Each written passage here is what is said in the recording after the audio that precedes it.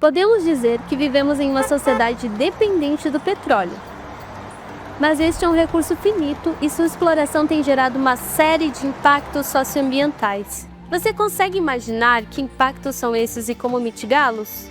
Neste vídeo, vamos apresentar um programa de mitigação de impactos socioambientais da indústria de petróleo e gás. O programa é orientado pelo Instituto Brasileiro de Meio Ambiente e Recursos Naturais Renováveis, o IBAMA, e que, por meio do Licenciamento Ambiental Federal, foi construído para mitigar os impactos dessa indústria. A indústria de petróleo e gás no Brasil se concentra na bacia de Campos, Santos e Espírito Santo, detendo por volta de 90% da produção nacional.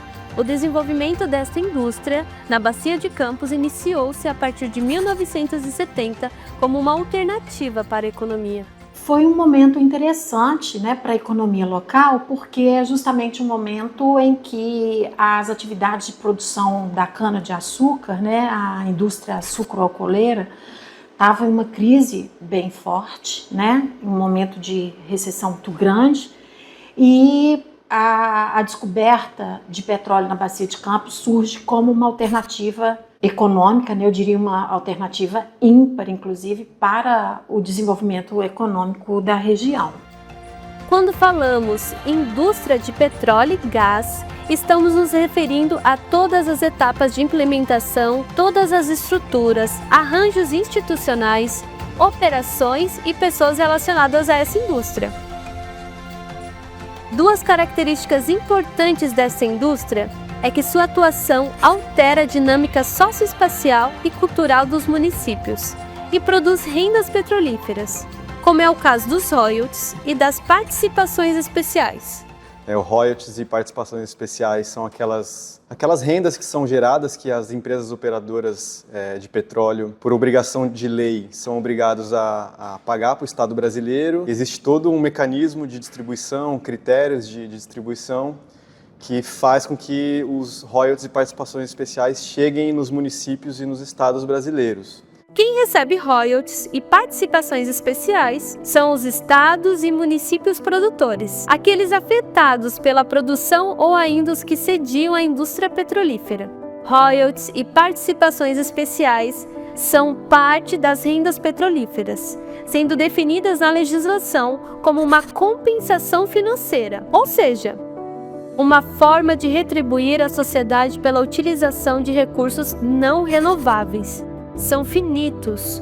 Além delas, existem outras rendas que são oriundas da atividade petrolífera e que o IBAMA também passou a considerar no processo de licenciamento ambiental federal.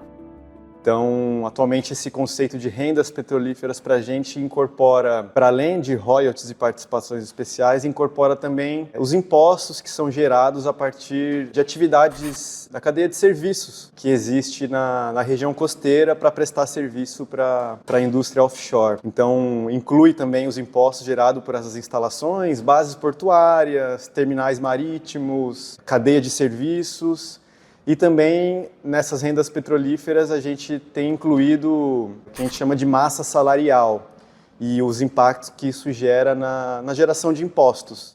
Municípios com presença das instalações da indústria ou que recebem rendas petrolíferas demonstram mudanças na arrecadação pública, na dinâmica socioeconômica e nos serviços públicos como saúde, transporte e educação. A dependência econômica do orçamento público de rendas petrolíferas, talvez seja o maior impacto associado à indústria de petróleo e gás offshore quando ela está operando normalmente, sem ser um caso de acidente.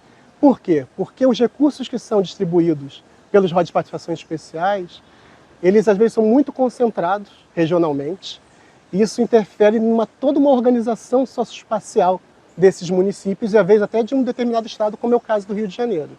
A dependência, ela vem do fato dessas rendas terem um grande peso no orçamento. Essa dependência é gerada, primeiro, por não se utilizar essas rendas num fundo, algo que permita com que você administre no tempo e você possa fazer uma política de, por exemplo, pós-petróleo, possa fazer um plano diretor de 10 em 10 anos, possa também atender na parte da assistência, possa produzir uma infraestrutura nas cidades que dê a dignidade que os moradores merecem.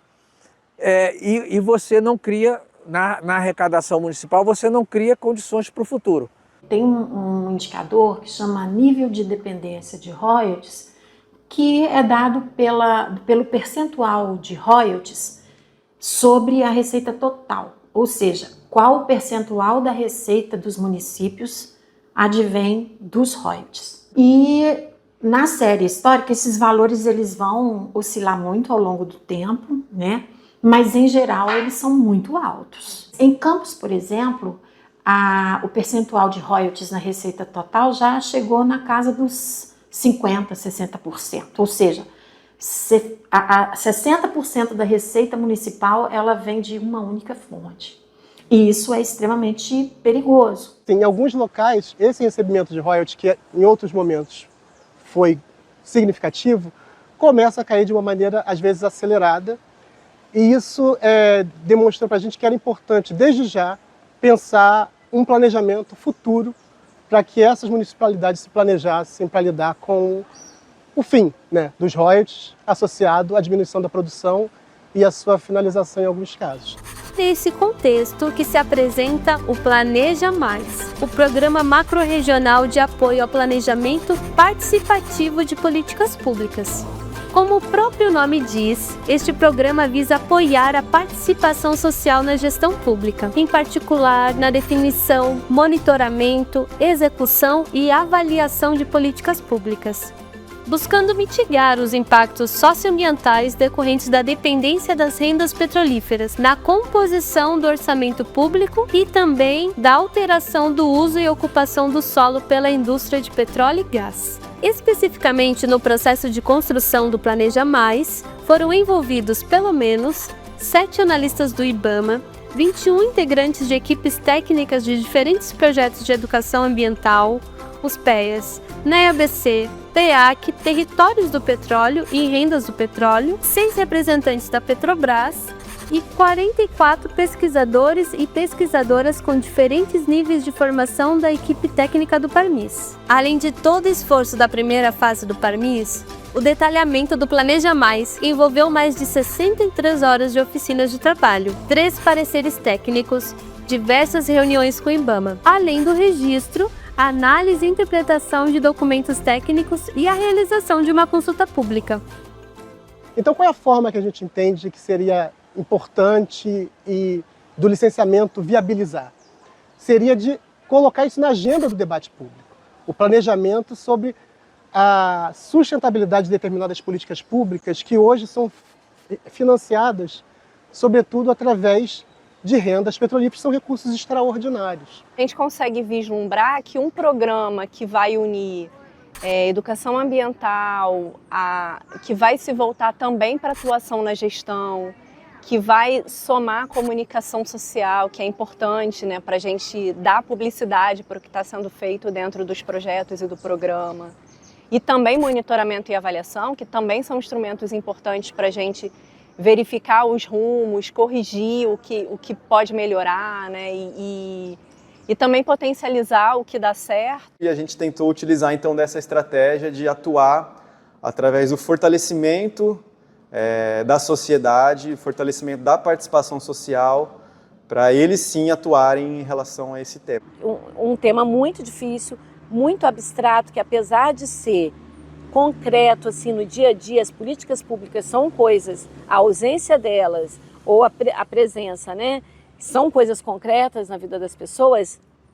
Falar de orçamento público, de royalties, né, não é nada trivial. À medida que o petróleo ele é uma commodity, né, e o valor dele é calculado em dólar e no mercado internacional, alguns fatores aumentam ou diminuem o valor desse produto, né?